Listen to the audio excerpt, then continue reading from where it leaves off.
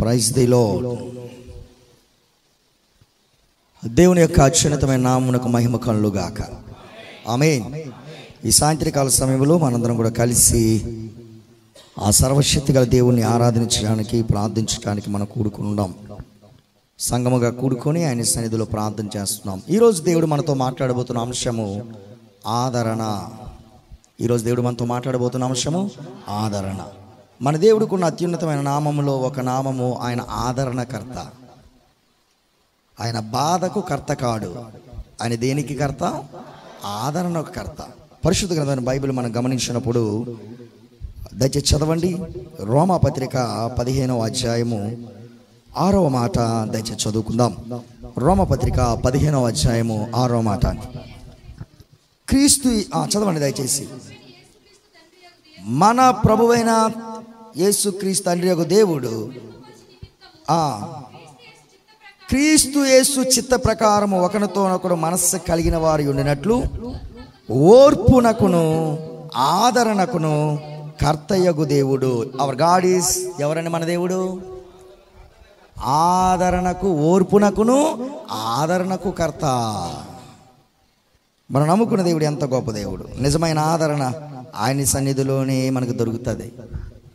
కీర్తనకారుడైన దావీదు 130వ కీర్తన 11వ మాట చక్కని మాట రాయడం జరిగింది. కీర్తన గ్రంథము 30వ కీర్తన, కీర్తన గ్రంథము 30వ కీర్తన దయచేసి 11వ మాట దయచేసి చదవండి.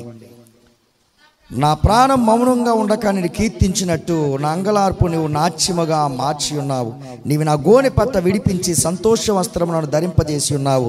యెహోవా నా దేవా, నిత్యము నిన్ను నే స్తుతించెదను, నిత్యము నేను నిన్ను స్తుతించెదను. నా ప్రాణం మౌనంగా ఉండక నేను కీర్తించినట్లు నా అంగలార్పు నీవు నాట్యముగా మార్చి ఉన్నావు. ఆదరణకర్త అయిన దేవుడు అంగలార్పు, ఏడ్పును ఎలా మార్చేస్తాడైనా? నాట్యముగా మార్చేస్తాడు, సంతోషముగా మార్చేస్తాడు. మన దుఃఖ దినములు సమాప్తం చేస్తాడు. ఎంత గొప్ప దేవుడు మన దేవుడు. ఓర్పునకు ఆదరణకర్త. నేటి దినాల్లో మనిషికి కావాల్సింది ఆదరణ. ఈ ఆదరణ డబ్బు ఇవ్వట్లేదు, ఈ ఆదరణ బంధు జనం ఇవ్వట్లేదు, ఈ ఆదరణ మన యొక్క తలాంతులు మనకి ఇవ్వట్లేదు, ఈ ఆదరణ మన చుట్టూ ఉన్న వారి ద్వారా మనకు దొరకట్లేదు, ఈ ఆదరణ మన స్నేహితుల ద్వారా మనకు దొరకట్లేదు. ఈ ఆదరణ లేక నిరాదరణకు గురై చాలా మంది చనిపోతున్నారు.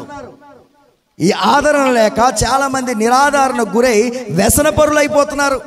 చాలా మంది ఆదరణ లేక ఒంటరితనముతో వారు పిచ్చివాళ్ళగా మారిపోతున్నారు. ఆదరణ ఎక్కడ దొరుకుతుంది? ఎవరు నన్ను ఆదరిస్తారని. కానీ ఆదరించబడే స్థలము, ఆదరించే స్థలము ఈ పరిశుద్ధ దేవాలయము, దేవుని సన్నిధే. ఎందుకంటే ఈ దేవాలయములో ఉన్న దేవుడు ఆదరణకు కర్త. దేవునికి స్తోత్రం కలుగుగాక. కనుక యెరూషలేములోనే మీరు ఆదరింపబడుదురు అని ఉంది బైబిల్లో. దేవుని సన్నిధిలోనే మనకు ఆదరణ. ఎందుకంటే ఈ దేవుడు అనగా మన కొరకు ఈ లోకమునకు కుమారుడిగా వచ్చి మనందరి కొరకు ఆ ఘోరమైన సిలువలో తన ప్రాణాన్ని పెట్టి 3వ దినాన్ని సమాధి గెలిచి తిరిగి లేచిన దేవుడు, పునరుద్ధానుడైన దేవుడు, మన కొరకు స్థలాన్ని సిద్ధపరుస్తూ ఉన్నత రాజ్యానికి సిద్ధపరుస్తున్న దేవుడు, ఆ ఉన్నత రాజ్యానికి వారసుడిగా మనల్ని తయారు చేసి నియమించి ఆ ఉన్నత రాజ్యానం కొరకు మనల్ని సిద్ధపరుస్తున్న దేవుడు ఆదరణకర్త. ఆయన సన్నిధిలోనే మనకు ఆదరణ, ఆయన సన్నిధిలోనే మనకు ఆధారపడ. కన్నీటిని నాట్యముగా మార్చే దేవుడు ఆయన. ఇర్మీయా గ్రంథము 31వ అధ్యాయము 13వ మాట చదువుదామా? ఇర్మీయా గ్రంథము 31వ అధ్యాయం 13వ మాట. వారి దుఃఖమునకు ప్రతిగా సంతోషమిచ్చి వారిని ఆదరించెదను, విచారము కొట్టివేసి నేను వారికి ఆనందము కలగజేతును. ఎంత చక్కని మాట. గనుక కన్యకులు, యవనులు, వృద్ధులు కూడి నాట్యమందు సంతోషించెదరు. దేవుని సన్నిధిలో సంతోషం ఎందుకో తెలుసా? ఆయన ఏమంటున్నారు? దుఃఖమునకు ప్రతిగా ఏమిస్తున్నారు? ఆయన సంతోషాన్ని ఇస్తున్నారు. విచారాన్ని కొట్టివేసి మనల్ని ఆదరించి ఆనందాన్ని కలగజేస్తున్నాడు. ఎంత చక్కని దేవుడు. దుఃఖముకు ప్రతిగా సంతోషం ఇచ్చి ఆదరిస్తున్నాడు. విచారాన్ని కొట్టివేసి ఆనందాన్ని కలగజేసే దేవుడు మన దేవుడు. కనుక ఆయన సన్నిధిలో మనకు సంతోషం ఉన్నది, ఆయన సన్నిధిలో మనకు ఆదరణ ఉన్నది. ఆయన సన్నిధిలో మనం నాట్యమాడుతున్నాం, ఆయన సన్నిధిలో ధైర్యంగా ఉండగలుగుతున్నాం. ఎందుకంటే మన దేవుడు, మన ప్రభువైన యేసుక్రీస్తు ఆయన ఆదరణకు కర్త. ఎంత చక్కని దేవుడు మన దేవుడు. ఇంత గొప్ప దేవుని కలిగిన మనం ధన్యులం ప్రభునందు ప్రియమైన దేవుని బిడ్డలారా. ఇంత గొప్ప దేవుని కలిగిన మనం ధన్యులం. ఎందుకంటే కీర్తన గ్రంథం 94వ కీర్తన 19వ మాటలు చూస్తే, నా అంతరంగమందు విచారములు హెచ్చగా నీ గొప్ప ఆదరణ నా ప్రాణమునకు నెమ్మది కలగజేసినది. ఎంత చక్కని మాట చూడండి. నా అంతరంగమందు విచారములు హెచ్చగా ఏం చేస్తున్నాడు? గొప్ప ఆదరణ ప్రాణమునకు నెమ్మది కలుగు చేయుచున్నది ప్రభునందు ప్రియమైన దేవుని బిడ్డలారా. మన అంతరంగంలో బాధ, మన అంతరంగంలో సమస్య, మన అంతరంగంలో భయంకరమైన వేదన, ఇవన్నీ దేవుడు ఎరిగిన దేవుడు, హృదయాంతరంగములో పరిశోధన చేసిన దేవుడు. గనుక భక్తుడు అంటున్నాడు, నా అంతరంగముందు విచారములు, హెచ్చైన విచారములు, ఎవరు తీర్చలేని దుఃఖము, ఎవరి వల్ల పొందలేని ఒక ధైర్యము దొరక్క, ఒక సంతోషము దొరక్క, నెమ్మది దొరక్క, విచారముతో నింపబడ్డాం మనం. హృదయంలో ఉన్న బాధ ఎంతో బాధ కలగజేస్తుంది, నెమ్మది లేని జీవితం. అయితే భక్తుడు అంటున్నాడు, నీ గొప్ప ఆదరణ నా ప్రాణమునకు నెమ్మది కలగజేసింది. మన దేవుడు ఎవరు మర్చిపోయే దేవుడు కాడు. యెషయా గ్రంథము 54వ అధ్యాయము 11వ మాటలు చూస్తే, ప్రయాసపడి గాలివాన చేత కొట్టబడుచున్నదానా, కొట్టబడి ఆదరణ లేక ఉన్నదానా. ఒక పదం అందులో, ప్రయాసపడి గాలివాన చేత కొట్టబడి ఆదరణ లేక ఉన్నదానా, నేను నీలాంజలములతో నీ కట్టడమును కట్టుదును, నీలములతో నీ పునాదులు వేయదును. ఇంతకంటే ఏం కావాలా? ఇంకేం కావాలి మనకి చెప్పండి? కనుక ఈ జీవము గల దేవుణ్ణి విడిచిపెట్టినట్టు దుష్ట హృదయం ఎవరికైనా ఉందేమో, ఈ లోకాన్ని స్నేహించి, లోకములో ఉన్న వాటిని స్నేహించి, లోక ఆశల్లో కట్టబడి పట్టబడి మళ్ళీ కుక్క తన వాంతికి తిరిగినట్లు, కడగబడిన బురదలో దొరికినట్లు మరలా ఎవరైనా సరే జీవము గల దేవుని సన్నిధిని విడిచిపెట్టి లోకం వైపు ఆకర్షింపబడుతున్నారేమో, ఆ శాశ్వతమైన వాటిని ప్రేమించి శాశ్వతుడకు దేవుడిచ్చే ఆదరణ, శాశ్వతుడకు దేవుడిచ్చే సంతోషం, శాశ్వతుడకు దేవుడిచ్చిన నెమ్మది, శాశ్వతుడకు దేవుడిచ్చిన విడుదల ఈరోజు పొందకుండా పోతున్నావేమో. బహు జాగ్రత్తగా ఉండాలి ప్రభునందు ప్రియమైన దేవుని బిడ్డలారా. ఈ మధ్యకాలంలో 2-3 గమనించాను. దేవుడు చేత పట్టబడ్డారు, దేవుని చేత ఆశీర్వదింపబడ్డారు, వారి బ్రతుకులు కట్టబడ్డాయి, వారి జీవితాన్ని దేవుడు వెలిగించాడు, వారికి జీవనానికి మార్గాన్ని దేవుడు తెరిచాడు. తెరిచిన తర్వాత వారు ఏమి చేస్తున్నారు తెలుసా? ఈ లోకాన్ని స్నేహించి విగ్రహారాధన చేస్తున్నారు. విగ్రహారాధికులతో బియ్యముంది, విగ్రహారాధికులను వివాహము చేసుకున్నారు. వారి జీవితాలు రాబోయే కాలంలో అవి ఆశీర్వాదకరమైనవి కావు. ఎందుకంటే వారు జీవము గల దేవుని విడిచి నిర్జీవమైన వాటి వైపు వెళ్తున్నారు. ఆదరించే దేవుని విడిచిపెట్టి మళ్ళా నిరాదరణకు గురవుతున్నారు. సంతోషాన్ని ఇచ్చే దేవుని విడిచిపెట్టి మళ్ళీ దుఃఖాన్ని వాళ్ళు పొందుకోబోతున్నారు. దేనికోసం వారు జీవము గల దేవుని విడిచిపెట్టారు? ఈ లోకములో ఉన్న అశాశ్వతమైన ఆనందాల కొరకు. శాశ్వతమైనవి కావు ఇవి. సాతాను భ్రమ కలగజేసేవాడు. వాడంతా భ్రమ కలగజేస్తాడు. లేనివి ఉన్నట్టుగా చేస్తాడు, ఉన్నవి లేనట్టుగా చూపిస్తాడు. చాలా జాగ్రత్తగా ఉండాలి అపవాదితో చాలా జాగ్రత్తగా ఉండాలి. అన్నిటి అంతం సమీపంగా ఉందని పరిశుద్ధ గ్రంథమైన బైబిల్ బోధిస్తే, గురుతులెల్లా కూడా దేవుని రాకడికి సిద్ధంగా ఉన్నాయని కళ్ళు ముందు సంఘటనలు, సంభవాలు జరుగుతూ ఉంటే, ఎక్కడ చూసినా అలజడి, ఎక్కడ చూసినా నెమ్మది లేదు, ఎక్కడ చూసినా బ్రతుకులు భయంకరంగా ఉన్నాయి, కుప్ప కూలిపోయే జీవితాలు చాలా మందివి. నేటి దినాల విజయవాడలో పరిస్థితులు గమనించినప్పుడు ఎంత బాధ కలుగుతుందంటే, 2 బిడ్డలు ఈరోజు ఏడుస్తూ ఉన్నారు. వారి తల్లిదండ్రులని వాళ్ళు ఎక్కడికి వెళ్ళిపోయారో తెలియక ఆ ఏటిలో, ఆ నీటిలో వారు కొట్టుకొని వచ్చి ఎవరో వారు రక్షించి బయటికి తీసుకొచ్చారు. ఆ తల్లిదండ్రులు ఎక్కడున్నారో తెలియదు. వారు చిన్న పిల్లలు తల్లిదండ్రుల కోసం ఏడుస్తున్నారు. ఆహార పొట్లాల కోసం ఏడుస్తూ ఉన్నారు. ఉబ్బుపోయిన శవాలు తేలుతూ ఉన్నాయి. భయంకరమైన సర్పాలు ఆయా గృహాల్లో చేరి అనేక మందికి హాని చేస్తూ ఉన్నాయి. భయంకరమైన రోగాలు ప్రబలుతున్నాయి. ఇటువంటి పరిస్థితుల్లో ఉంది మన దేశం, మన పరిస్థితులు, మన ప్రాంతాలు. ఇటువంటి ప్రాంతాలు భయంకరంగా ఉన్నాయి. ఎక్కడ చూసినా ఆదరణ లేదు, ఎక్కడ చూసినా సంతోషం లేదు, ఎక్కడ చూసినా నెమ్మది లేదు. ఇటువంటి దినాల్లో ఆదరణ ఇచ్చే దేవుని దగ్గరికి రాకుండా ఆ దేవుని సన్నిధి నుండి నువ్వు బయటికి వెళ్తున్నావు. సంభవాలన్నీ చూస్తూ ఉన్నావు, సంఘటనలన్నీ గమనిస్తున్నావు. నీ కంటి ముందు సమస్తము తేటగా కనబడుతుంది. అయినప్పటికీ అశాశ్వతమైన వాటిని ప్రేమించి శాశ్వతుడకు దేవుడికి దూరం అయిపోతున్నావు. నీకు నీవే నష్టాన్ని కలగజేసుకుంటున్నావు. ఎంతకాలం ఉంటాం మనకు తెలియదు. దేవుని రాకడ అతి సమీపంగా ఉంది, మన పోకడ అతి సమీపంగా ఉంది. ఈ పరిస్థితుల్లో దేవుల్లో అతి బలముగా ఉండవలసిన మనము, దేవుల్లో స్థిరముగా ఉండవలసిన మనము లోకాలను ప్రేమిస్తున్నాం. విగ్రహారాధన అంటే దేవునికి కోపం అని తెలుసు. ఎందుకు కోపము? తండ్రిని ఉంచి తండ్రి కళ్ళు ఎదుట పెట్టుకొని ఆ తండ్రిని తండ్రి అని పిలవక దారిని పోయే దానయ్యలందరినీ తండ్రి అంటే ఆ తండ్రి కోపం రాదా? జీవము గల దేవుని విడిచిపెట్టి ఈరోజు జీవము లేని వాటి దగ్గరికి వెళ్ళి నా తండ్రి, నా దేవా, నా దేవత నువ్వంటే ఆయన కోపం రాదా? పౌరుషము కలిగిన దేవుడు. విగ్రహారాధన అంటే ఆయనకు చాలా కోపం. విగ్రహారాధనని వ్యభిచారంతో పోల్చాడు. నేటి దినాల్లో చాలామంది జీవము గల దేవుని విడిచిపెట్టి ఈ లోక ఆశలో పడిపోయి విగ్రహారాధన, విగ్రహం సంబంధించిన వివాహాలు, విగ్రహారాధన చేసిన ఆ యొక్క వారితో వియ్యముంది వారిని వివాహం చేసుకొని జీవితాలను నాశనం చేసుకుంటున్నారు. ఈ మధ్యకాలంలో 3 సంఘటనలు నేను చూశాను. 3 యవనస్తురాల జీవితంలో వారి భవిష్యత్తు ఆందోళనకరం.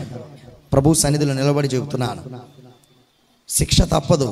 ఎరగక చేస్తే క్షమిస్తాడు దేవుడు. ఎరిగి మరలా నువ్వు విగ్రహారాధన వైపు వెళ్ళావు, ఎరిగి విగ్రహారాధన నువ్వు చేస్తున్నావు అంటే తప్పకుండా దాని శిక్షను నువ్వు అనుభవించి తీరాల్సిందే.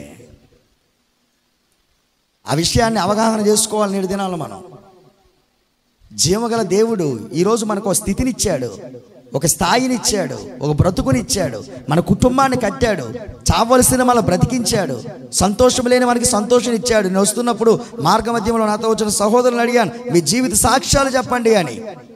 ఓ సహోదరుడు చెప్తూ ఉన్నాడు, నాకు ఆదరణ లేదు, నెమ్మది లేదు, సంతోషం లేదు. అయితే మా ఇంట్లో మా ఇల్లాలు, మా యొక్క గృహిణి, మా భార్య చెప్పింది, ఒక్కసారి బైబిల్ చదవండి, ఎన్నో చేస్తున్నారు కదా, ఈ బైబిల్ చదవండి మీకు ఆదరణ కలుగుతుందని. ఆయన బైబిల్ చదువుతున్నాడట, యోబు గ్రంథం చదువుతున్నాడు. యోబు గ్రంథం చదువుతున్నప్పుడు ఆయన మనసులో గొప్ప నెమ్మది వచ్చేసిందట. ఎందుకంటే ఈ మాటలు మనిషిని ఏమిస్తాయి? నెమ్మదినిస్తాయి. ఆదరణ లేని వారికి ఆదరణనిస్తాయి. అంత గొప్ప శక్తి గల నామం కలిగి ఉన్నాం మనం. కనుక ఇంత జీవము గల నామాన్ని విడిచిపెట్టి నిరాదరణ గురవుతున్నావేమో, బహు జాగ్రత్త. దేవుడిని ఆదరించేవాడు ప్రయాసపడి గాలివాన చేత కట్టుబడుచున్నదానా, ఆదరణ లేకున్నదానా, నేను నిన్ను కడతాను రా అని పిలుస్తున్నాడు. ఆదరణకర్త ఆయన సన్నిధిలోని ఆదరణ ఉన్నది. కనుక ఆదరించబడే స్థలాన్ని నువ్వు విడిచిపెట్టి నాకు ఆదరణ దొరకలేదు అంటే అది నీ మూర్ఖత్వం. ఆదరణ దొరికే స్థలానికి నువ్వు రాకుండా నిరాదరణ గురవుతూ నాకు ఎవరు ఆదరించేవారు లేరండి అని బయట కేకలు వేస్తున్నావు. అది నీ మూర్ఖత్వం, నీ యొక్క అమాయకత్వం అనుకోవచ్చు, లేదా నీ దౌర్భాగ్య జీవితం అనుకోవచ్చు, అజ్ఞానం అనుకోవచ్చు. ఈ లోక దేవత నీ మనోనేత్రాలకి గుడ్డితనం కలగజేసింది అనుకోవచ్చు. ఎందుకంటే ఈ స్థలంలో నీకు ఆదరణ దొరుకుతుంది. నాకు ఆదరణ లేదండి, నాకు సంతోషం లేదండి, వస్తున్నాను వెళ్ళిపోతున్నానండి, వస్తున్నా వెళ్ళిపోతున్నావు. హృదయంలో దేవుని చోటు ఇచ్చావా? నువ్వు ఆయన ప్రభువుగా అంగీకరించావా? నీ హృదయ రాజుగా ఆయన అంగీకరించావా? దేవుడు అడుగుతున్నాడు. ఆయన ఆదరణకర్త, తప్పకుండా ఆయన నిన్ను ఆదరిస్తాడు. ఈరోజు మీకు ఆదరణ ప్రభువు దేని ద్వారా మనకు అనుగ్రహిస్తాడో అద్భుతకరమైన సూత్రాలు చెప్తా. చాలా జాగ్రత్తగా వినండి, రాసుకోండి. అద్భుతకరమైన సూత్రాలు. మీకు ఆదరణ దొరకాలంటే ఆదరణకర్త అయిన దేవుడు దేని ద్వారా మిమ్మల్ని ఆదరిస్తాడు అని బైబిల్ గ్రంథంలో రాయబడిన అద్భుతకరమైన సూత్రాలు మీకు తెలియజేస్తా దేవుని ప్రేరణ చేత. మీరు చాలా జాగ్రత్తగా వినాలి. ఆ మాటలు హృదయం అనే పలక మీద రాసుకోవాలి. ఈ మాటలు నీ జీవితంలో అన్వయించుకోవాలి. ఆ మాటలు గ్రహింపగలిగి నువ్వు బ్రతకాలి. మొట్టమొదటిది, దేవుడు దేని ద్వారా ఆదరిస్తారు. పరిశుద్ధ గ్రంథాన్ని బైబిల్ తెరవండి. యోహాను శుభవార్త 14వ అధ్యాయము 16వ మాట తెచ్చి చదవండి. నేను తండ్రిని వేడుకుందును, మీ యొద్ద ఎల్లప్పుడూ ఉండుటకు ఆయన వేరొక ఆదరణకర్తను, అనగా సత్యస్వరూపి యొక్క ఆత్మను. వేరొక ఆదరణకర్త అంటే నేను ఆదరణకర్తే, నాతో పాటు నీతో ఎల్లప్పుడూ ఉండడానికి. నేను ఇప్పుడు ఏం చేస్తున్నాను? నేను ఈ లోకానికి వచ్చాను, నా పని ముగించుకున్నాను. నేను ఇప్పుడు ప్రధాన యాజకుడిగా విజ్ఞాపన చేయడానికి వెళ్ళిపోతున్నాను, పరమనికి ఎత్తబడుతున్నాను. నేను మిమ్మల్ని అనాథలుగా విడవను. గనుక నాకు బదులుగా నా వంటి మరొక ఆదరణకర్తను పంపిస్తున్నాను. ఆయన పేరు ఏమిటంటే పరిశుద్ధాత్మ దేవుడు వారు. దేవునికి మహిమ కలుగుగాక. ఈరోజు నీ జీవితంలో ఆదరణ కలగాలి అంటే నువ్వు పరిశుద్ధాత్మ దేవుని శక్తితో నింపబడాలి. పరిశుద్ధాత్మ దేవునితో సహవాసములో ఉండాలి. పరిశుద్ధాత్మ దేవుడు వారు నువ్వు అర్థం చేసుకున్నప్పుడు 2 విషయాలు నీ గమనంలో రావాలి. ఒకటి, పరిశుద్ధాత్మ దేవుడు వారు వ్యక్తి. రెండవది, పరిశుద్ధాత్మ దేవుడు వారు శక్తి. చెప్పండి, మొదటిది ఆయన వ్యక్తి, రెండవది ఆయన శక్తి. వ్యక్తితో సహవాసములో ఉండాలి, శక్తితో నింపబడాలి. Be filled with Holy Spirit అంటారు. నువ్వు దేవుని ఆత్మతో నింపబడుట, దేవుని ఆత్మతో సహవాసము కలిగి ఉండుట. ఇది ఎంత గొప్ప దేవుడు అంటే పరిశుద్ధాత్మ దేవుడు వారు సదాకాలం నేను మీతో కూడా ఉంటాను అన్నారు. చూడండి, ఆ వాగ్దానం ఎవరి ద్వారా నెరవేర్చబడుతుంది? పరిశుద్ధాత్మ దేవుడు వారి వల్ల నెరవేరబడుతుంది. ఆయన సంఘమును సిద్ధపరుస్తూ ఉన్నారు. దేని కొరకు సిద్ధపరుస్తున్నారు? దైవ రూపములో మారడానికి సిద్ధపరుస్తూ ఉన్నారు. దేని కొరకు సిద్ధపరుస్తున్నారు? సిద్ధపరచబడిన వధువుగా. ఆలోచించేయండి, వరుని కొరకు సిద్ధపరచబడిన వధువుగా, అలంకరింపబడిన వధువుగా, ముడత గాని కలంకము గాని మచ్చ గాని అవేమీ లేని మహిమగల వధువుగా సంఘమును సిద్ధపరిచి, ఈ వధువు సంఘమును మధ్యాకాశమునకు ప్రభు బోర ఊదినప్పుడు పరిశుద్ధాత్మ దేవుడు పెండ్లి పెద్దగా, వధువు సంఘమునకు పెద్దగా, వధువు సంఘము చేయి పట్టుకొని ఆ పెండ్లి కుమారుడి చేతికి అందిస్తాడు. దేవునికి మహిమ కలుగుగాక. గనుక ఆ వధువు సంఘాన్ని సిద్ధపరిచే పరిచర్యలో ఆదరణకర్తగా మనకు అనుగ్రహించబడ్డారు పరిశుద్ధాత్మ దేవుడు. గనుక పరిశుద్ధాత్మ దేవుని వల్ల మనకు ఆదరణ కలుగుతూ ఉంది. అపోస్తలుల కార్యములు 9వ అధ్యాయము 31వ మాట చివరి భాగం చదవండి. సంఘము క్షేమాభివృద్ధి నొందుచు సమాధానము కలిగి ఉండెను, మరియు ప్రభువునందు భయమును పరిశుద్ధాత్మ ఆదరణ కలిగి నడుచుకొనుచు విస్తరించుచుండెను. సంఘము కట్టబడుతుంది, సంఘము సమాధానంగా ఉంది, సంఘము క్షేమాభివృద్ధి కలుగుతూ ఉంది, సంఘము దేవుని ఆత్మతో నింపబడింది. గనుక ఆ దేవుని ఆత్మతో నింపబడిన ఆ సంఘములో ఆత్మదేవుడు ఆదరణ కలిగి ఇచ్చాడు. ఆ ఆదరణ ద్వారా సంఘం ఏమవుతుందండి? విస్తరిస్తూ ఉంది. గండేటి సంఘానికి కావలసింది పరిశుద్ధాత్మ దేవుడు వారు. నీలో పరిశుద్ధాత్మ దేవుడు ఉంటే నువ్వు ఆదరణకర్తని దేవుని కలిగి ఉంటావు. నీ మాట ఆదరణించేదిగా ఉంటుంది, నీ జీవితం ఆదరింపబడేదిగా ఉంటుంది. నీలో పరిశుద్ధాత్మ దేవుడు లేకపోతే నువ్వు ఆదరించవు, బాధకి కర్తగా ఉంటావు, బాధపడతావు. సంఘానికి వచ్చిన వాళ్ళని బాధ పెడతావు, నీ పక్కన కూర్చున్న వాళ్ళని బాధ పెడతావు, నీ సేవకులు వాక్యాన్ని అందిస్తున్న దైవజనులకి బాధ పెడతావు, నీ తోటి విశ్వాసుల్ని చెప్పండి బాధ పెడతావు. ఎందుకంటే నీలో దేవుని ఆత్మ లేదు. దేవుని ఆత్మ ఎవరిలో ఉంటే వారికి ఆదరణ కలుగుతుంది. దేవుని ఆత్మ ఎవరిలో ఉంటే వారు ఆదరణకర్త అయిన దేవునితో సహవాసములో ఉండి వారు ఈ నోటి మాట ద్వారా, వారి ప్రవర్తన ద్వారా ఆదరణ కలిగించే విధంగా బ్రతుకుతారు. కనుక నీకు ఆదరణ కలగాలి అంటే, నీ ద్వారా ఇతరులకు ఆదరణ కలగాలన్నా, నీ జీవితంలో ఆదరణ కలగాలన్నా తప్పకుండా పరిశుద్ధాత్మ దేవుని యొక్క కార్యము మన జీవితంలో జరగాలి. పరిశుద్ధాత్మ దేవుడు వారు మన హృదయంలో ఉండాలి. మరి ఉన్నారా?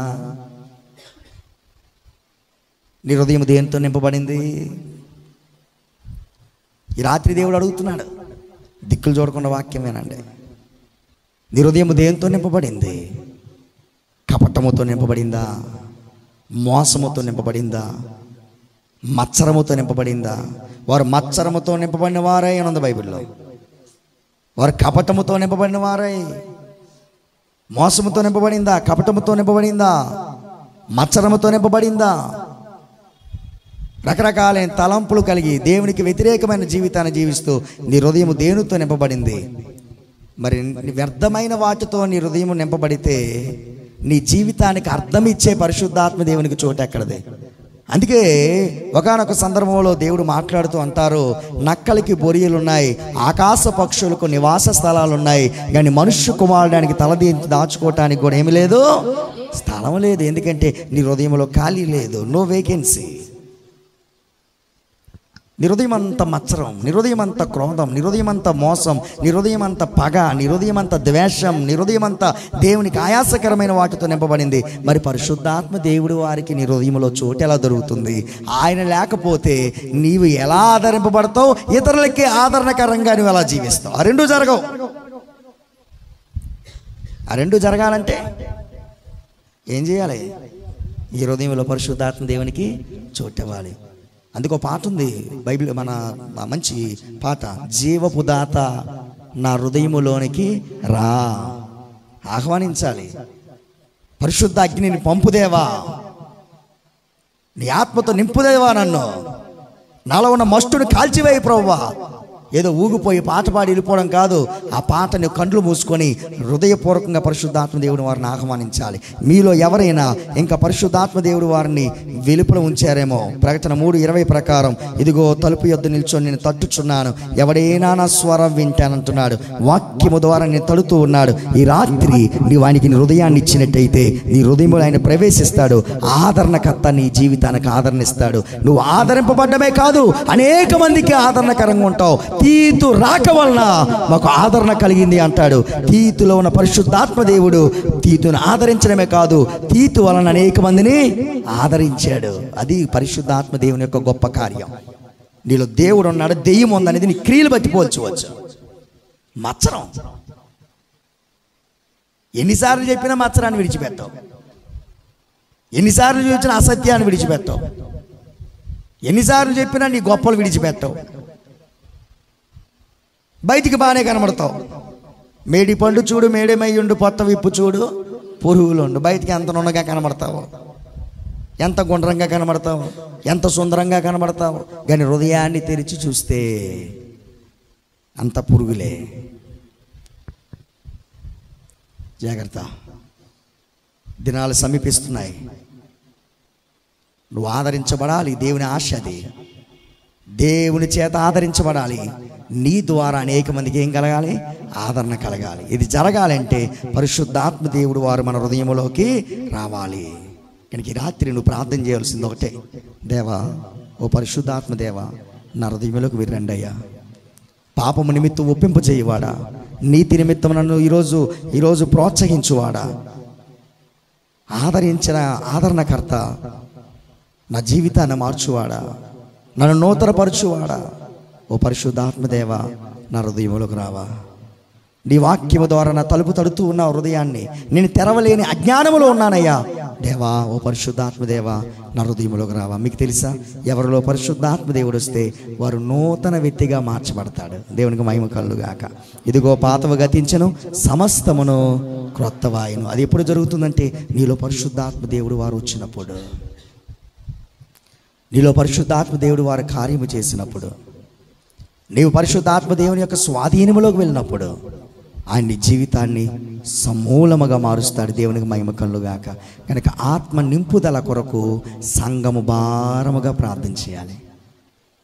ప్రభువా, నా హృదయాన్ని నీ ఆత్మతో నింపండి. నీ సంఘం మీద నీ ఆత్మ కుమ్మరింపు జరిపించండి. నీ సంఘంలో ప్రతి ఒక్కరూ నీ ఆత్మతో నింపబడాలయ్యా. నీ సంఘంలో ప్రతి ఒక్కరూ నీ ఆత్మ స్వాధీనంలోకి రావాలయ్యా. ప్రతి ఒక్కరికంటే ముందు నేను నీ స్వాధీనంలోకి రావాలి. ప్రతి ఒక్కరికంటే ముందు నా హృదయాన్ని నీవు నింపండి అని నా కోసం నేను ప్రార్థన చేసుకుంటూ తోటి విశ్వాసుల కొరకు మనం ఏం చేయాలి? ప్రార్థన చేయాలి. ఇది దేవుని యొక్క కోరిక. అప్పుడు మాత్రమే నీకు ఆదరణ కలుగుతుంది. నీవు ఇతరులకు ఆదరించే స్థితిలో దేవుడిని ఉంచుతాడు.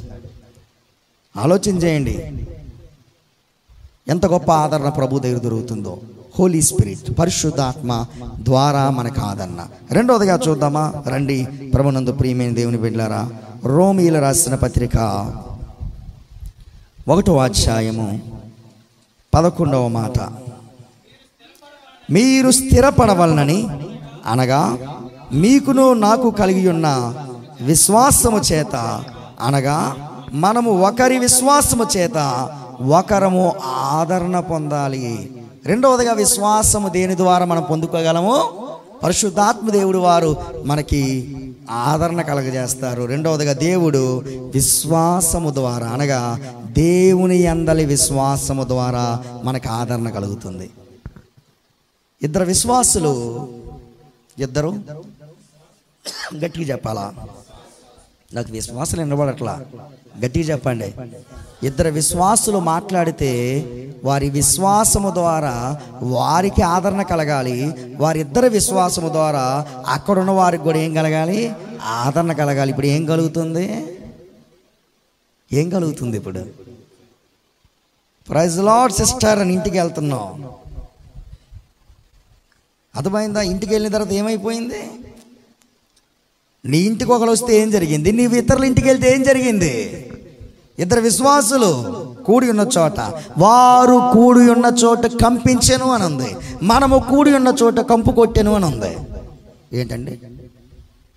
వాడు కూడి ఉన్న చోట కంపించింది కదా. ఇదో భూలోకమును తలక్రిందులు చేసిన వారు ఇక్కడ కూడా వచ్చి ఉన్నారన్నారు. అక్కడ సరైన పదం తర్జుమా ఏమిటంటే తలక్రిందులైపోయిన భూమిని సరిచేసేవారు మటిలో. నువ్వు కూడి ఉన్న చోట ఏమైంది? కంపు కొట్టాను. ఎందుకంటే ప్రైజ్ ద లార్డ్తో ప్రారంభిస్తావు, తర్వాత లార్డ్ అక్కడ ఉండడు, అంతా నీ ప్రైసే. ప్రారంభంతో praise the Lord, ending praise the Lord, starting praise the Lord, తర్వాత పనికిరాని మాటలే. జాగ్రత్త. దేవుడు చెప్తాడు, వినకపోతే నోటి మీద కొడతాడు. విశ్వాసులైన వారు మాట్లాడుచుండగా యెహోవా చెవియొగ్గి ఆలకించెను. నువ్వు విశ్వాసమైతే నీ విశ్వాసము అల్ప విశ్వాసముతో ఉన్న వారికి విశ్వాసములకు నడిపించాలి. ఇద్దరు విశ్వాసాలు మాట్లాడుతుంటే బలమైన గొప్ప కార్యాలు జరపబడాలి. ఇద్దరు విశ్వాసాలు మాట్లాడుకుంటే దేవుని యొక్క అగ్ని దిగి రావాలి.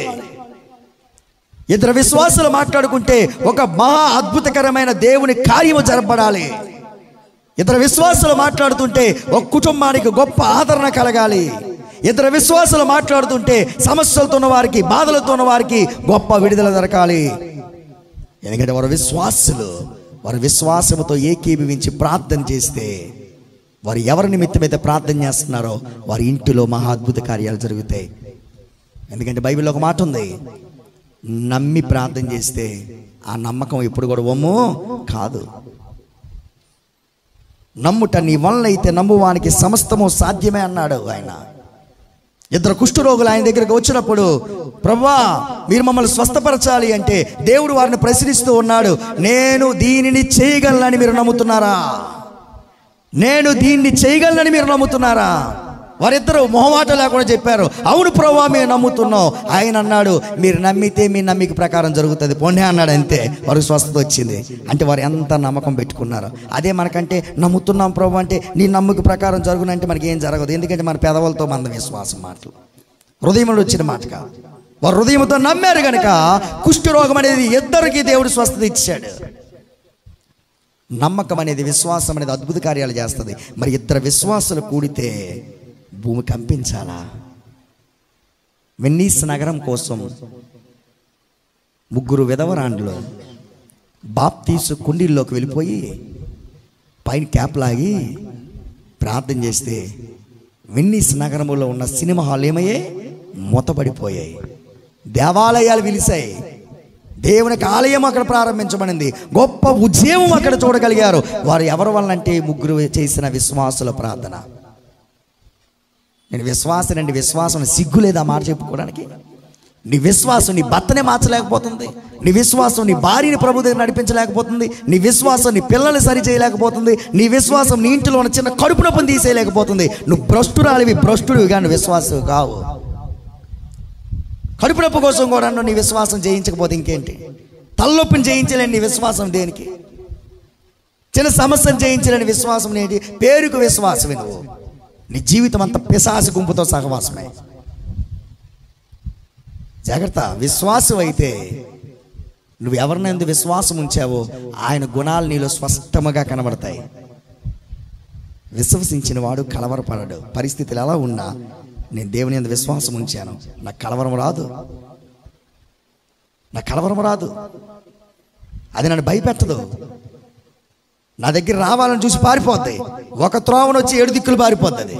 ఎందుకంటే నాలో ఉన్న విశ్వాసం నన్ను బెదరనివ్వదు, నాలో ఉన్న విశ్వాసం నన్ను చెడగొట్టదు. నాలో ఉన్న విశ్వాసం నా ప్రభువు మీద గనక, ఆయన శక్తిని నేను ఎరిగనక ధైర్యంతో ఉంటా.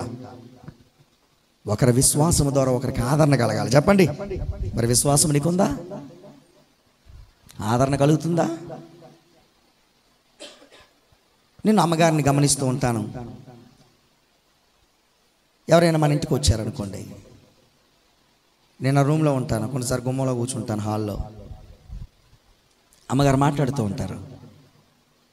ఇంతవరకు నేను అమ్మగారు మాట్లాడుతున్నప్పుడు ఎప్పుడు కూడా భయాన్ని పుట్టించే మాటలు కానీ, అవిశ్వాసాన్ని కలిగించే మాటలు కానీ వెళ్ళా.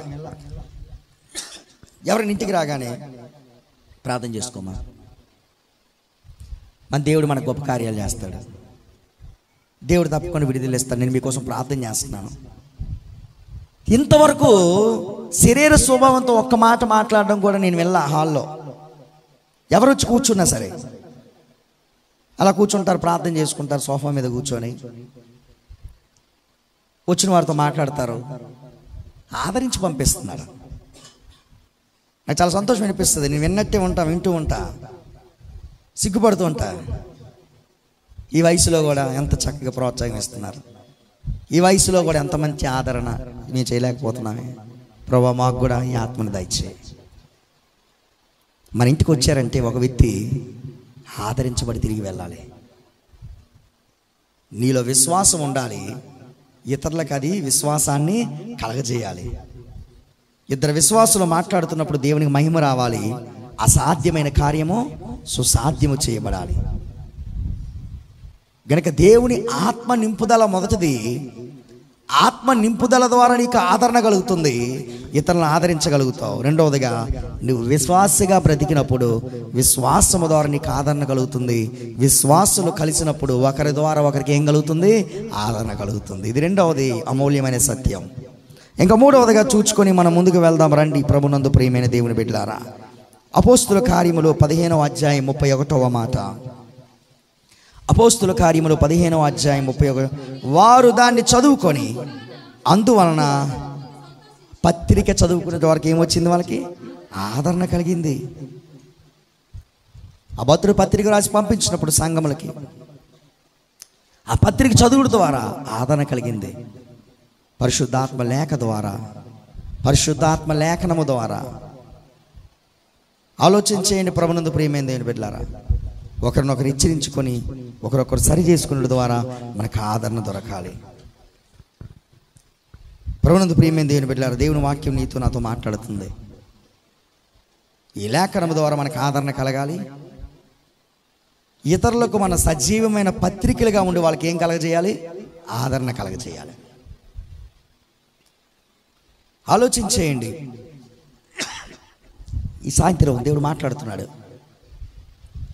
నీ లేఖనము చదివితే నీకు ఆదరణ కలగాలి. బైబిల్ చదువుతున్నప్పుడు ఆదరణ. నా ప్రాణమున గొప్ప ఆదరణ కలిగానని ఉంది బైబిల్లో. భక్తుడు అంటున్నా, వేస్తున్నారు ఉదయం ముందు విచారములు ఎచ్చగా ఏం చేశారు? నా అంతరంగంలో గొప్ప విచారములు ఎచ్చగా నీ గొప్ప ఆదరణ నాకు ప్రాణము నెమ్మది కలగజేసింది. లేఖనాల ద్వారా మనకు ఆదరణ కలుగుతుంది. లేఖనాన్ని నిర్లక్ష్యం చేయకు. ప్రతి ఉదయం సాయంత్రం, ఉదయం మధ్యాహ్నం సాయంత్రం లేఖనాలు చదవాలి. ప్రతి ఒక్కరూ లేఖనాలు చదవాలి, అలవాటుగా చేసుకోవాలి, క్రమం తప్పకుండా చేసుకోవాలి. ఈరోజు మన ఇంటి దగ్గర వర్క్ చేస్తున్న ఒక ఇద్దరు వ్యక్తులు ఈరోజు మాట్లాడడం జరిగింది. సాయంత్రం నుండి వచ్చినప్పుడు వారు ముస్లిమ్స్ వాళ్ళు. సార్ రేపు మేము వర్క్లోకి రాము సార్ అని చెప్పారు. వాళ్ళు వస్తే పని అయిపోద్ది కదా, రండి రావచ్చు కదా అన్న. లేదండి రేపు మేము మసీదుకి పోవాలి అన్నారు. ఎన్ని గంటలకు వెళ్తారు మసీదుకి అన్నా. నేను 1 o'clock వెళ్తామని మసీదుకి. మరి అదేదో కొంతసేపు ఇక్కడ ఉండి వెళ్ళొచ్చు కదంటే, మేము మరి శుభ్రంగా వెళ్ళాలి కదండి, స్నానాలు చేసుకోవాలి కదా, బట్టలని మార్చుకోవాలి కదా.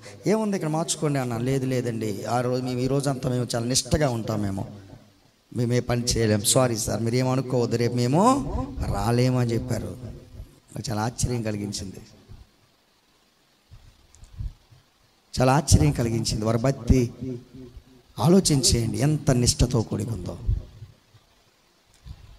వారు ఎంత క్రమం చెప్పకుండా వారు ఆ నమాజ్ చేయడానికి మసీదుకి వెళ్తున్నారు. వారు ఆ నమాజ్ చేసుకునే సమయం వచ్చినప్పుడు వారు కాంప్లెక్స్లో ఉన్నారా, హాస్పిటల్లో ఉన్నారా, రైల్వే స్టేషన్లో ఉన్నారు చూడరు. వారు ఎక్కడున్నారో అక్కడ ఏం చేస్తారు? మోకాల మీద నమాజ్ చేసుకుంటారు. మనకు చుట్టాలు వస్తే బైబిల్ అట్టుకెక్కిపోయిపోద్ది. పెళ్ళికి వెళ్తే బైబిల్ బ్యాగులో ఉండదు. పిక్నిక్కి వెళ్తే అసలే బైబిల్ కనబడదు. దౌర్భాగ్య జీవితం. నీటికి చర్చికొస్తేనే కనబడట్లేదు. బైబిల్ చేతులు ఊపుకొని వచ్చేస్తున్నాం. ఇక్కడ ఎక్కడో బైబిల్ పెట్టి కొంతమంది వెళ్తారు. దౌర్భాగ్యులు, పనికి మాలిన వారు. వారు దౌర్భాగ్యులు, వారు పనికి మాలిన వారు. వారి వల్ల ఎవరికి ఉపయోగం లేదు. వారి జీవితంలో ఆశ్రయం దేవుడు పొందుకోలేరు. వారు జీవితాలు నష్టపోతాయి. వాళ్ళకి చుట్టాలు వచ్చినప్పుడు బైబిల్ కనబడవు. పెళ్ళిళ్ళకి వెళ్ళినప్పుడు నీ బైబిల్ నీ బ్యాగులో కనబడదు. శుభకార్యానికి వెళ్ళినప్పుడు నీ బైబిల్ వెంట తీసుకువెళ్ళవు. క్యాంపులు వెళ్ళినప్పుడు నీ బైబిల్ చదవడం మర్చిపోతావు. ప్రయాణాల్లో అసలు బైబిలే బయటికి తీయో. అందుకే మనకు ఆదరణ లేదు. అనుదినము లేఖనాల్ని తప్పకుండా చదవాలి. ప్రతిరోజు లేఖనం నీతో దేవుడు మాట్లాడతాడు. నూతనమైన అనుభవాలు, నూతనమైన వాగ్దానం, నూతనమైన హెచ్చరికలు, నూతనమైన ఘనమైన విషయాలు అందరూ దాచబడి ఉన్నాయి. అవి నీ కొరకు దేవుడు పొందుపరిచినవి. రోజు బైబిల్ చదవాలి. రోజు బైబిల్ చదవాలి. నువ్వు ఏ సమయం పెట్టుకుంటావో నీకు అనుకూల సమయంలో మొకాల మీద కూర్చొని బైబిల్ చదువుకోవాలి. భయభక్తులతో కలిసి నువ్వు చదువుకోవాలి. ఈ మధ్య నేను కొన్ని వాట్సాప్ గ్రూపుల్లో కొన్ని ఫోటోలు చూశాను. ఒక ఆయన చెప్పులు కుట్టే ఆయన తన విశ్రాంతి సమయంలో అక్కడ ఆ యొక్క చిన్న క్లాత్ కింద ఎండలో ఆయన ఏం చేస్తున్నాడు? బైబిల్ చదువుకుంటున్నాడు. ఒక రిక్షా డ్రైవ్ చేస్తున్న వ్యక్తి ఆ ఖాళీ సమయంలో చెట్టు కింద రిక్షా ఆపి ఆ రిక్షాలో కూర్చొని బైబిల్ చదువుతున్నాడు. చూడండి, వారి కష్టజీవులు. కానీ వారున్న పరిసరాల వాళ్ళని లేఖనాల నుండి దూరం చేయలా. ఆ లేఖనము కోసం వారు సిగ్గుపడట్లేదు. ఆ లేఖనము వారికి ఆదరణ, ఆ లేఖనం వారికి ధైర్యము, ఆ లేఖనం వారికి సంతోషాన్ని ఇస్తుంది. కనుక నీ జీవితంలో కూడా ఆదరణ కలగాలి అంటే, నీ ద్వారా ఇతరులకి ఆదరణ కలగాలి అంటే మొదటగా దేవుని ఆత్మతో నింపబడాలి. రెండవదిగా నీ జీవితంలో ఏముండాలి? విశ్వాసం ఉండాలి. మూడవదిగా లేఖనాన్ని తప్పకుండా నీవు పఠించాలి. మూడవదిగా చదువుదాం. నాలుగవదిగా చదువుదాం రండి. ఫిలిప్పీయులకు రాసిన పత్రిక 2వ అధ్యాయం 1వ మాట. ఫిలిప్పీయులకు రాసిన పత్రిక 2వ అధ్యాయం 1వ మాట. కావున క్రీస్తునందు ఏ హెచ్చరికైనను ప్రేమ వలన ఆదరణ అయినను. దేని వలన ఆదరణ? ప్రేమ వలన. దేవుడు ప్రేమస్వరూపి. ఆయన మన హృదయంలో కలిగి ఉండుట ద్వారా, ఆయనతో మనం ఉండుట ద్వారా, ప్రభునందు ప్రియమైన దేవుని బిడ్డలారా, ఆ ప్రేమను పొందుకునుట ద్వారా దేవుని వాక్యం సెలవిస్తుంది ఆదరణ కలగాలి. నువ్వు దేవుని ప్రేమతో ఉంటే నీకు ఆదరణ కలుగుతుంది. దేవుని ప్రేమతో నింపబడితే నీకు ఆదరణ కలుగుతుంది. నువ్వు ఇతరులను ఆదరించగలవు. ఆదరణ ఉందా? నీకు ఆదరించే మనస్సు లేదు, నీకు ఆదరణ దొరకట్లేదు అంటే ప్రేమస్వరూపైన దేవుడు నీతో లేడు. ప్రేమస్వరూపైన దేవుని ప్రేమ నీలో లేదు. ఎన్నో చేస్తున్నావు. ఒక యవనస్తుడు వచ్చాడు దేవుని దగ్గరికి. అయ్యా, నేను ఆ ఉన్నత రాజ్యం పొందుకోవటానికి ఏం చేయాలని అడిగాడు. దేవుడు అన్నాడు, నువ్వు ధర్మశాస్త్రాన్ని పాటించు అన్నాడు. ఈయన అన్నాడు, నేను చిన్నప్పటి నుండి ఈ పనులన్నీ చేస్తానన్నాడు. అయితే నీకు ఒకటి కొదువుగా ఉంది, నీ కలిగినదే అమ్మి బేదలకి పంచి నీవు నన్ను వచ్చి వెంబడించు అన్నాడు. కానీ అతడు మిగిలి ఆస్తి గలవాడు కనుక వ్యసనపడుతూ వెళ్ళిపోయాడట. అంటే అతనికి ప్రేమ అనేది లోపము. ఆ లోపాన్ని దేవుడు చూస్తున్నాడు. అనగా అతనిలో ఉన్న లోపము ఆ ఉన్నత రాజ్యానికి ఆటంకరంగా ఉంది. దేవుడు దాన్ని చూపిస్తే ఒప్పుకోలేదు సరికదా, వ్యసనపడుతూ వెళ్ళిపోయాడు. ఇది ఎలా సాధ్యం అనుకోని. నీ జీవితంలో, నా జీవితంలో ప్రేమ లేదేమో. నటిస్తారు చాలామంది. పెదవులతో ప్రేమ నటిస్తారు, షేక్ హ్యాండ్ ఇచ్చి ప్రేమ నటిస్తారు. కొంతమంది కౌగులించుకొని ప్రేమ నటిస్తారు. బైబిల్లో ఇద్దరు ఉన్నారు. కౌగులించుకొని కత్తితో పొడిచాడట. ఏం చేశాడు? కౌగులించుకున్నాడు, కత్తితో పొడి చంపేశాడు. ఈ నేటి దినాల్లో అదే ఉన్నారు. కౌగులించుకుంటున్నారు, నాలుగుతో పొడి చేస్తున్నారు. కత్తి కంటే భయంకరమైన ఆయుధం వాళ్ళకి. బాగా కౌగిలించుకుంటారు. ఒకనొక సందర్భంలో ఒక వివాహాన్ని జరిపించడానికి, ఒక వివాహ సంబంధాన్ని కుదుర్చుకోవటానికి 2 కుటుంబాలు కూర్చున్నాయి మాట్లాడడానికి. ఈ పెండ్లి కుమారుని యొక్క కుటుంబము ఆ పెండ్లి కుమార్తె యొక్క కుటుంబాన్ని చూసి ముచ్చటపడ్డారు. ఎంత ముచ్చటపడ్డారంటే వారు ఆ వివాహ విషయాలు మాట్లాడడానికి వెళ్ళినప్పుడు వారు బంధువులు వస్తుంటే వారిని ఒకరొకరు కౌగులించుకొని ముద్దులు పెట్టుకుంటున్నారు. వీళ్ళు అనుకున్నారు ఇది చాలా ప్రేమగల కుటుంబం అనుకున్నారు. కానీ పెళ్ళి అయితే తెలిసింది వారి మధ్య పచ్చగడ్డి వేస్తే బొగ్గును మండిపోద్దని. అంటే కౌగులింతలు ఏంటవి? మోసం. తర్వాత బాధపడుతున్నారు, అయ్యో ఇంత ప్రేమ గలవారు అనుకున్నామే, ఏది ప్రేమ?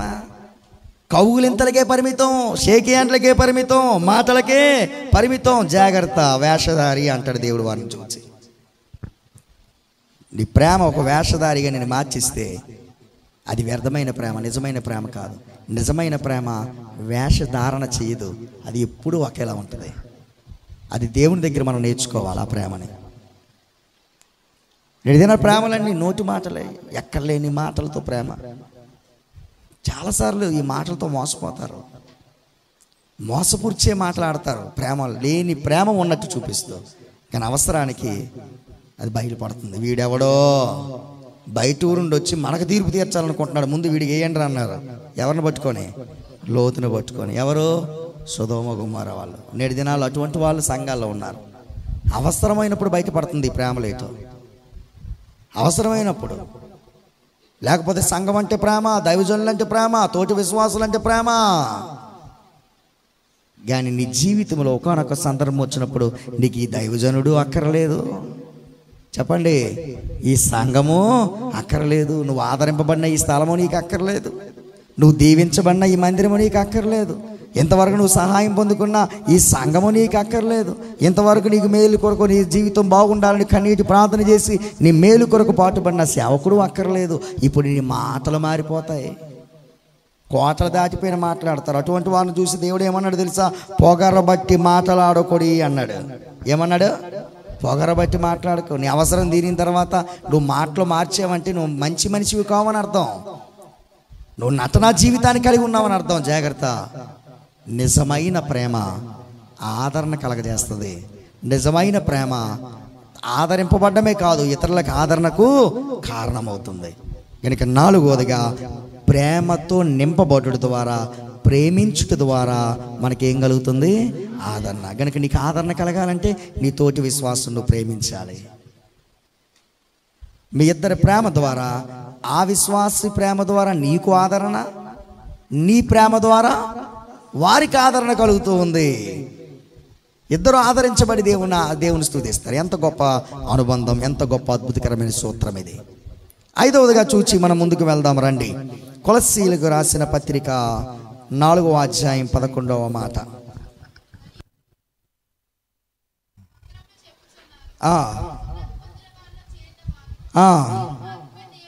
వీరు మాత్రమే నా జత పని వారే ఉన్నారు, వీరి వలన నాకు. కొలస్సీ 4:11 చాలా అద్భుతకరమైన మాట అండి ఇది. ఆదరణ ఎవరి వల్ల దొరుకుతుందంటే సున్నతి పొందిన వారి వల్లట. సున్నతి పొందుట అంటే అర్థం ఏమిటి? సపరేషన్ అంటే వేరు చేయబడుట. ఎక్కడి వేరు చేయబడాలి? లోకము నుండి. ఎక్కడి వేరు చేయబడాలి? లోకములో ఉన్న పాపము నుండి. ఎక్కడి వేరు చేయబడాలి? లోకములో ఉన్న వేషధారణ నుండి. ఎక్కడి వేరు చేయబడాలి? లోకములో ఉన్న భయంకరమైన పరిస్థితుల్లో నుండి మనం వేరు చేయబడాలి. మనందరం కూడా సున్నతి సంబంధులే దేవుని రాజ్యానికి పాత్రులు. సున్నతి సంబంధాల వల్లనే ఆదరణ కలుగుతుంది. ఆలోచించేయండి. ఫిలోమానుకు రాసిన పత్రిక 1వ అధ్యాయము, ఫిలోమానుకు రాసిన పత్రిక 1వ అధ్యాయము దయచేసి 7వ మాట చదవండి. సహోదరుడా, పరిశుద్ధుల హృదయములు నీ మూలముగా విశ్రాంతి పొందినందున నీ యొక్క ఆనందమును ఆదరణయు కలిగేను. ఫిలోమాను రాసిన పత్రిక మనం చదువుతున్నప్పుడు ప్రభునందు ప్రియమైన 1వ అధ్యాయము మనం చూస్తే, క్రీస్తు యేసు ఖైదీ అయిన పౌలును, సహోదరుని తిమోతియును, మా ప్రియుడును జతపడవైన ఫిలోమానుకు, అక్కడ ఉన్న సహోదరి అఫియాకును, తోడియోధుని అర్కిపనకును, నీ ఇంట్లో ఉన్న సంఘమునకు సొమ్మని రాస్తున్నారు. తిమోతి పౌలు గారు రాసిన ఉత్తరం ఎవరికంటే ఫిలోమానుకి. ఫిలోమాను వలన ఏం జరిగిందట? ఆదరణ కలిగింది. అంటే ఈరోజు సున్నతి సంబంధిగా నువ్వు జీవిస్తే, ఒక ప్రత్యేకమైన వ్యక్తిగా నువ్వు బ్రతికితే నీకేం కలుగుతుంది? ఆదరణ కలుగుతుంది. ఇతరులకు ఏం కలుగుతుంది? ఆదరించే స్థాయికి వెళ్తావు. సున్నత సంబంధమేనా? నలుగురిలోకి వెళ్తే మనం పట్టుకోలేము. నలుగురితో నేను పట్టుకోలేము. నేను ఒక అబ్బాయి ఒక కాలేజ్ దగ్గర నేను ఉన్నాను. నా కాలేజ్ దగ్గర ఏం పని అనుకుంటారా? నేను జాయ్ కోసం వెళ్ళా. అన్నీ ఎక్స్ప్లెయిన్ చేయాలి, మరి తప్పదు, చివరి దినాల్లో ఉన్నాం కదా. మీరు ఎందుకు వెళ్ళారండి బెదర్ గారు కాలేజ్ దగ్గరికి అంటే అదొక బాధ. అర్థమైందా? నేను జాయ్ బాబు కోసం తీసుకురావడానికి వెళ్ళా, జాయ్ కోసం వెళ్ళా. వెయిట్ చేస్తుంటే ఒక అబ్బాయి ఇలా చూస్తున్నాడు, ఇలా తిప్పుతున్నాడు, ఇలా చూస్తున్నాడు, తిప్పుతున్నాడు. నేను అలా కలద్దలు పెట్టుకున్నాను. నేను చూస్తున్నానని అడిగి తెలియదు. చివరికి ఏం డిసైడ్ అయిపోయాడు, కలద్దలు చూస్తున్నట్టు ఉన్నారు, బుజ్జని లాభం లేదని చూసి చూసి వచ్చేప్పుడు ప్రేజ్ రాడని చెప్తున్నాడు నెమ్మదిగా. మీకేం అర్థమైంది ఆ సంఘటన? స్నేహితులతో ఉన్నాడు, బహిరంగంగా వచ్చి ప్రైజ్ ద లార్డ్ అని చెప్పలేకపోతున్నాడు. ఇప్పుడు నేను చూసినట్టు ఆడు చూసినప్పుడు మాత్రమే చెప్పగలిగాడు. ఎందుకంటే వీడికి ప్రత్యేకత లేదు. మళ్ళీ ఎవరో ఎలా జీవిస్తున్నావు ప్రైజ్ లార్డ్ అని చెప్పకుండా, సంతోషంగా ముందుకు వెళ్ళి రాకుండా, నువ్వు ఎవరో చూసి చూడనట్టు వెళ్ళిపోతున్నావు, ఏం అడుగుతావు భయంకి. ఆడు భయపడుతున్నాడు. అంటే ఆడి స్నేహితుల ముందు ప్రైజ్ ద లార్డ్ అని చెప్పడానికి వాడు సిగ్గుపడుతున్నాడు. కానీ ఒక స్నేహితుడు, ఒక అన్యుడు, వాడు నమ్ముకున్న విశ్వాసాన్ని బాహాటంగా చాటుతున్నాడు. వాడు వాహనాల మీద చెక్కుంటున్నాడు, వాడు ద్వారబంధాల మీద పెట్టుకుంటున్నాడు. ఈ సిగ్గు లేని క్రైస్తవుడు ప్రైజ్ లార్డ్ అని చెప్పలేకపోతున్నాడు. భ్రష్టుడు, ఇడు దౌర్భాగ్యుడు. ఎందుకంటే బయటికి వెళ్తే ప్రవర్తన మారిపోతుంది. బయటికి వెళ్తే ప్రవర్తన మారిపోతుంది. బ్రదర్ ప్రైజ్ ద లార్డ్ అని చెప్తే ఏంటి మూగదయ్యం పట్టిందా నీకు, పోయే కాలమా అంటే ప్రైజ్ లార్డ్ అని చెప్పలేకపోతున్నాడు. ఈ ఆఫీసర్స్ ముందు నువ్వు ఏది నీ భక్తి? నీకు ఆ పొజిషన్లో తీసుకెళ్ళింది దేవుడు. ఒక ఆయన మంచి ఆఫీసర్, కలెక్టర్ ఆఫీస్లో ఒక ఉన్నతమైన ఆఫీసర్, గ్రూప్ 2 ఆఫీసర్, ఆయన గ్రూప్ 1 ఆఫీసర్. దేవుడు అతనికి ఆ స్థాయిని ఇచ్చాడు. కొంతమంది దేవుని బిడ్డలు ఒక రోజు ఆఫీస్ పని మీద వెళ్తే ఆయన కనిపించారట. ప్రైజ్ ద లార్డ్ బ్రదర్ అన్నారట. ఆయన అన్నాడట బయటకు, దయచేసి ఎప్పుడు ఆఫీసులో నాకు ప్రైజ్ లార్డ్ అని చెప్పొద్దు, బయటికి వెళ్తే చెప్పండి. అర్థమైందా? ఆయన స్థితి చాలా ఘోరమైన స్థితికి వెళ్ళిపోయిన తర్వాత పారాలిసిస్ వచ్చింది, దూర ప్రాంతాలు ఒంటరిగా జీవించాల్సి వచ్చింది. కనుమరుగు అయిపోయాడు తర్వాత ఆ వ్యక్తి. పేరు చెప్పడం సభా మర్యాద కాదు, కానీ పేరు చెప్పట్లా. ఏమి లాభం? దావీదు దేవుని నామ మహిమ కొరకు బ్రతికాడు. దానియేలు తన పని చేస్తున్న స్థలంలో దేవునికి మహిమ బ్రతికాడు. శద్రక్ మేషక్ అబేద్నెగోలు దేవునికి మహిమకరంగా బ్రతికారు. నేటి భక్తులు అనేక మంది దేవుని కొరకు మహిమకరంగా బ్రతికారు. నువ్వెందుకు చెప్పలేకపోతున్నావు? ఎందుకంటే నీకు సున్నతి సంబంధివి కావు. నలుగురితో ఉన్నప్పుడు ఒకలా జీవిస్తావు, సంఘంలో కూర్చున్నప్పుడు ఎలాగో జీవిస్తావు. బయట నీ ప్రవర్తన వేరే, సంఘంలో నీ ప్రవర్తన వేరే. చుట్టాల దగ్గర నీ ప్రవర్తన వేరే, బంధువుల దగ్గర నీ ప్రవర్తన వేరే. మందిరంలో ఎంతో విశ్వాసముగా కనబడతావు, బయటికి వెళ్తే నీ తెలుస్తుంది నీ రాంగ్ గేట్ అనేది. నీ వస్త్రాలు మంచిగా ఉండవు, నీ వస్త్రధారణ మంచిది ఉండదు, నీ ఫ్యాషన్స్ మంచిగా ఉండవు. మందిరానికి వచ్చినప్పుడు క్రైస్తవ వస్త్రధారణ, బయటికి వెళ్తే సినిమా వస్త్రధారణ. మందిరానికి వచ్చినప్పుడు రకరకాలైన మాటలు ఎంతో చక్కగా నెమ్మదిగా మాట్లాడుతూ, బయటికి వెళ్తే గయ్యాలతనం. ఇవన్నీ దేవుడు చూస్తున్నాడండి.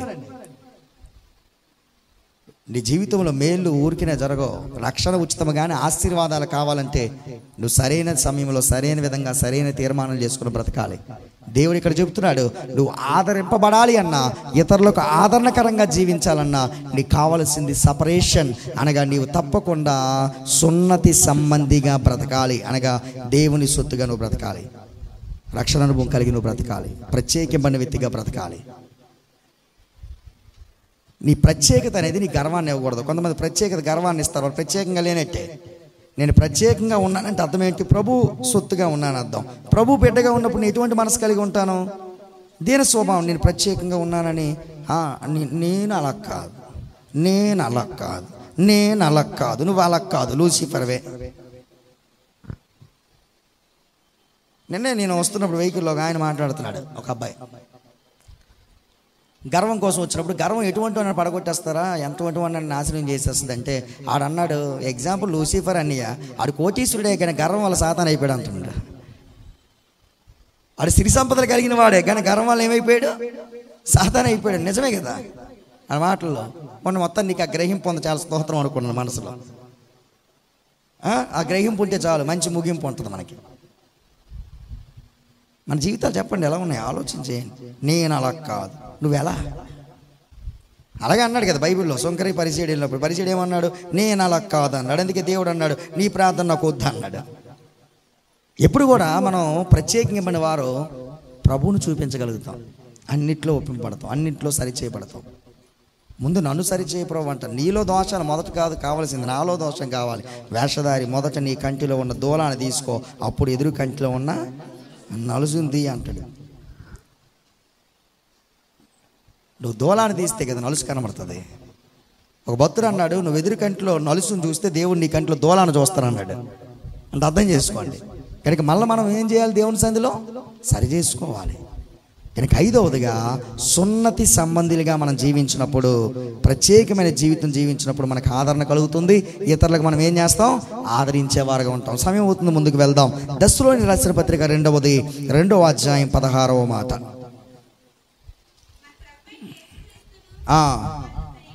మనలను ప్రేమించి కృపచేత నిత్యమైన ఆదరణ, శుభ నిరీక్షణ అనుగ్రహించిన మన తండ్రి అయిన దేవుడును.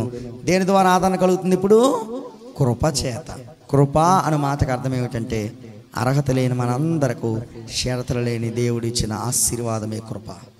కృప అనగా ఆయనే కృప, దేవుడే కృప. మన స్థితిని, మన గతిని చూడకుండా ఆయన మళ్ళీ ఆదరిస్తున్నాడు చూడండి, అది కృప. ఆదరణ కలగాలంటే 6వ మెట్టు, 6వ అనుభవం కృపలో పొందుకోవాలి. నోహో దేవుని దృష్టి యందు కృప పొందినవాడాయను. అందుకే జలప్రలయం నుండి ఏమయ్యాడు? రక్షింపబడ్డాడు. దయాప్రాప్తురాలానికి శుభము, దేవుని వల్ల నీవు కృప పొందితివి, దయ పొందితివి, దయాప్రాప్తురాలివి. దేవుని కృపకు ఆమె పాత్రురాలైంది కనుక ఆమె ధన్యురాలుగా నిలిచింది. ఆయన కృప ఎంత గొప్పదో, ఆయన కృపను బట్టే మనం కొన్ని సందర్భాల్లో కొన్ని అనుభవాలు మన జీవితాల్లో ఇప్పటి వరకు కొన్ని కలిగి లేకపోయినా మనం ఆదరింపబడుతున్నామంటే ఆయన కృపే. మరి ఇప్పుడు ఆ కృప ఏం బోధిస్తుంది? తప్పకుండా అవి కలిగి ఉండు, తప్పకుండా ఆత్మ నింపుదల అవసరం. 2వది విశ్వాసం అవసరం. 3వది లేఖనాలు పఠించడం అవసరం. 4వది ప్రత్యేకముగా జీవించటము అవసరం. 5వది ప్రేమతో నింపబడ్డం అవసరం. 6 దేవుని కృపను పొందుకోవాలి. దేవుని కృప నీతో మాట్లాడుతుంది. ఈ పై 5 లక్షణాలు కూడా నువ్వు కలిగి ఉండాలి. కనుక ఈ కృప కోసం మనం మాట్లాడిన ఆ కృపకు పాత్రులుగా మనం జీవిస్తే చాలు. ఎవరి కృప నాకు కావాలంటే దేవుని కృప. భక్తుడు పాడతాడు, చాలునయా చాలునయా నీ కృప నాకు చాలునయా, నీ కృప నాకు చాలునయా, చాలునయా చాలునయా నీ కృప నాకు చాలునయా, నీ కృప నాకు చాలునయా. కృప ద్వారా ఆదరణ. 7వదిగా మనం చూసుకొని మనం ముందుకు వెళ్దాం రండి. ప్రభునందు ప్రియమైన దేవుని బిడ్డలారా, పరిశుద్ధ గ్రంథమైన బైబిల్లో నుండి యెషయా గ్రంథము 52వ అధ్యాయం 9వ మాట.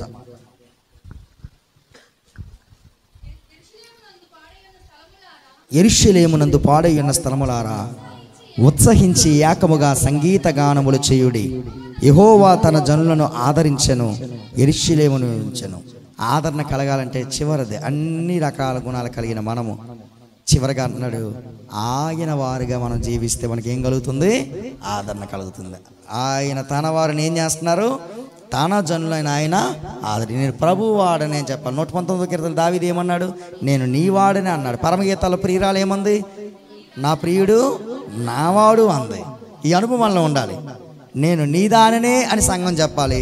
ప్రభు దగ్గర ప్రభు మనల్ని ఏమన్నాడు? నీవు నా వాడి నా దానివని ప్రభు చెప్పాలి.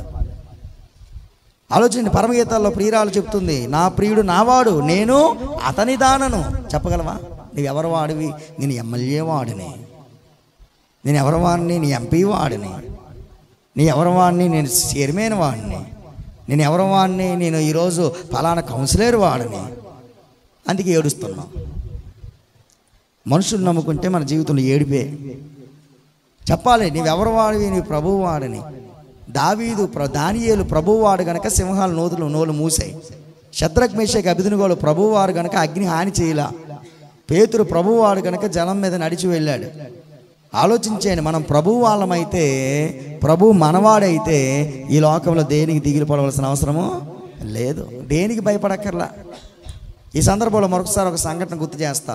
యెరూషలేమును వెళ్తున్నప్పుడు నాకు చిన్న డౌట్ వచ్చింది. ఈయన లక్షలు ఖర్చు పెట్టుకొని వెళ్తున్నాం కదా, ఈయన 1000 రూపాయలు ఖర్చు పెట్టుకొని వెళ్తున్నాం కదా, భాష రాని విధంగా ఆయన ఏమైనా ఎక్స్ప్లెయిన్ చేసాడు అనుకోండి, ఏ మలయాళంలోనో, ఏ తమిళ్లోనో, కన్నడంలోనో, వేరే దేశస్తులు వచ్చారు, ఆ భాషలో ఎక్స్ప్లెయిన్ చేస్తే మన డబ్బులన్నీ వృధా కదా.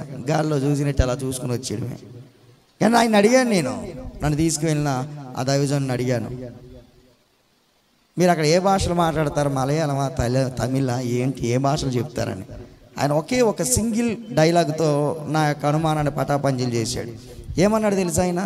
వడ్డించినోడు మనవాడైతే పంతిలో ఎవడు కూర్చుని నీకెందుకు అన్నాడు. ఏంటి, వడ్డించినాడు మనవాడైతే పంతిలో ఎవడ కూర్చొని నీకెందుకు అన్నాడు. అంటే నేను తెలుగోను కదా, నేను తమిళోను కాదు కదా, కానీ నేనున్నప్పుడు నీకేం బాధ? నేను నీకు చక్కగా ఎక్స్ప్లెయిన్ చేస్తా, ఆ విషయం దిగులు పడవలసిన అవసరమే లేదు. మరి ప్రభు మనోడైతే మనకి ఎందుకని బాధ? నేను ప్రభువు వాడను, ప్రభు దాన్ని చెప్పగలవా? ప్రభుని వాడను, నీవు నా ప్రభుడవని, నీ కొరకే జీవింతును, మిగిలిన జీవితమును నీ కొరకై గడిపెదను, మిగిలిన. ఇప్పుడు ఈ పాట కంటిన్యూగా ఇంకో పాట పాడతా. ఎంత పెద్ద అబద్ధము, ఎంత పెద్ద పోరాటం కాదు, ఏడిది, ఎంత పెద్ద మోసము, ఆడతాను నిత్యము, ఏడిది, అబద్ధము, మిగిలిన జీవితం అట. 5 నిమిషాలు లేట్ అయితే ఇప్పుడు చూడాలి ఎంతకాలం ఉంటారు ఇక్కడ. ప్రభువుని వాడను మందిరంలోనే, బయటికి వెళ్ళిన తర్వాత మరి ప్రభు ఏ వాడో అర్థం కాదు మనకి. కనుక ఆవిడ పాడారు కదా, ఎంత పెద్ద పోరాటమో కాదు, ఇప్పుడు ఏమనాలి, ఎంత పెద్ద అబద్ధము, ఎంత పెద్ద మోసము, ఆడతాను నిత్యము, సాగుతాను ఇలాగనే అని పాడాల. అందుకు ఆయన ఏమన్నాడు తెలుసా? క్రైస్తవుడు అబద్ధాలు ఆడరట, పాడతారట కదండి. ప్రభు నీ వాడను అని పాట పాడాలంటే అది హృదయంలో రావాలా. ప్రభు నీ వాడైతే, నీవు ప్రభువు దానివై వాడవైతే నీకు ఆదరణ కలుగుతుంది.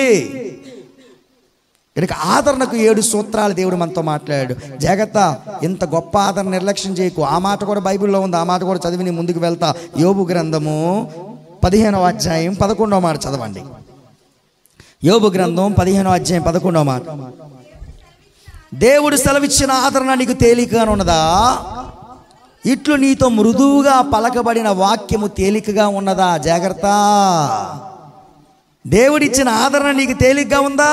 సంగమా, దేవుడు నీతో మృదువుగా మాట్లాడుతుంటే, నాకన్నా, నా బుజ్జి, నా తల్లి, నా చిట్టి అని మాట్లాడుతుంటే అది నీకు తేలికగా ఉందా? జాగ్రత్త, నష్టపోతావు. ఈరోజు ఆయన ఆదరణకర్త గనక ఆయన దగ్గర ఆదరించబడదాం. ఆదరించబడ్డమే కాదు, ఇతరులకు మనం ఎలా ఉందో ఆదరణ కలిగించేవారుగా జీవిద్దాం. కనుక ఆదరణకు 7 సూత్రాలు. గట్టిగా చెప్పండి, ఆదరణకు గట్టి చెప్పాలా? 7 సూత్రాలు. మొదటి సూత్రం, దేవుని ఆత్మతో అనగా పరిశుద్ధాత్మ దేవుడు వారితో నింపబడాలి, వారితో సహవాసములో మనము ఉండాలి. రెండవది, విశ్వాసులుగా కొనసాగాలి, విశ్వాసంలో వృద్ధి పొందించుకోవాలి, విశ్వాసాన్ని విడిచిపెట్టే పని చేయకుండా నిరంతరము విశ్వాస వృద్ధి కొరకే ప్రయాసపడాలి, విశ్వాసులుగా బ్రతకాలి. 3, లేఖనాలు అనుదినము తప్పకుండా చదవాలి. 4, ప్రేమ కలిగి జీవించాలి, ప్రేమనే చూపించాలి. 5, గడి చెప్పండి, 5, ప్రత్యేకముగా అనగా సున్నతి సంబంధులుగా ప్రత్యేకింపబడిన వారుగా, లోకములో నుండి పాపము నుండి ప్రత్యేకింపబడిన వారుగా జీవించాలి. 6, దేవుని కృప ద్వారా ఆదరణ పొందుకుంటున్నాం. సత్యాన్ని గ్రహించాలి. ఇప్పుడు నాకు ఆదరణ కలుగుతుందంటే నా నీతి బట్టి కాదు, ఆయన కృప. ఈ విషయాన్ని గ్రహించి ఈ కృప ద్వారానే మనం ఏమేమి కలిగి ఉండాలి దేవుడు నేర్పిస్తున్నాడు, ఆ విషయాలు కూడా ఆయన కృప ద్వారానే మనం నేర్చుకున్నామనే విషయ అవగాహన కూడా మనము కలిగి ఉండాలి. 7, ఆయన వారిగా ఆయన దానిగా సంఘము జీవించాలి. ఎవరి వాడివి అనగానే ఏం చెప్పాలి? దేవుని వాడిని అని చెప్పాలి. ఎవరాడికి దిక్కు అంటే ఏం చెప్పాలి? దేవుడే నాకు దిక్కు అని చెప్పాలి. దేవుని చూసి నీకు ధైర్యం, దేవుని చూసే నాకు ధైర్యం. ఎందుకంటే ఆయన నన్ను మోసం చేయడు, ఆయన నన్ను అనాదిగా విడవడు, ఆయన నన్ను ఎప్పుడు కూడా విడిచిపెట్టే ప్రసక్తే లేదు. ఆయనే నా ధైర్యం. ఈ అనుభవంలో మనం వెళ్ళినప్పుడు అది ఎంతో ఆదరణ, ఎంతో సంతోషాన్ని మనకిస్తుంది. జాగ్రత్త. ఈ ఆదరణ, దేవుని ఆదరణ నిర్లక్ష్య పెట్టకు, దేవుని వాక్యాన్ని నిర్లక్ష్య పెట్టకు. ఆ తేలిగ్గా తీసుకుంటే నీ జీవితం అంతా తేలిపోతుంది, నష్టపోతావు. ఈ విషయాన్ని నీ యొక్క హృదయములోనికి, అవగాహనలోకి నువ్వు గ్రహించి దేవుని ఆత్మ ద్వారా ఆదరణ పొందుకొని అనేక మందికి ఆదరణ ఇచ్చి ఒక ఆదరణకర్త అయిన దేవుని బిడ్డగా కలకాలం దేవుని రాకడొచ్చే వరకు కొనసాగే కృప సహవాస సంఘాలకి, స్థానిక సంఘానికి, మనందరికీ ప్రభు ప్రసాదించునుగాక. ఆమేన్. రండి, మోకాలు వేసి ప్రార్థన చేసుకుందాం.